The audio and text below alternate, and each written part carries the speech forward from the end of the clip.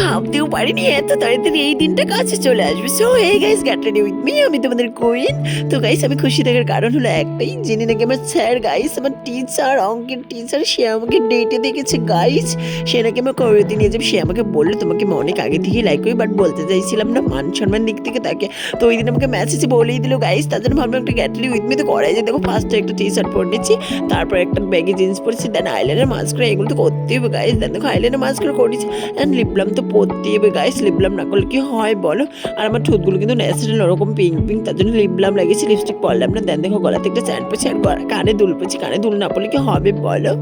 আর দেখো কত কিউট লাগছে আমাকে, পুরো কুইন গাইস। দেন নাকে একটা নখ করেছি। আমার স্যার তো এমনি আমাকে লাইক করে, আরো লাইক করে পাগল হয়ে যাবে গাইস। দেন দেখো কপালে একটা টিপ পরেছি, টিপটা পরতে হবে যেহেতু আমার বাঙালি বস।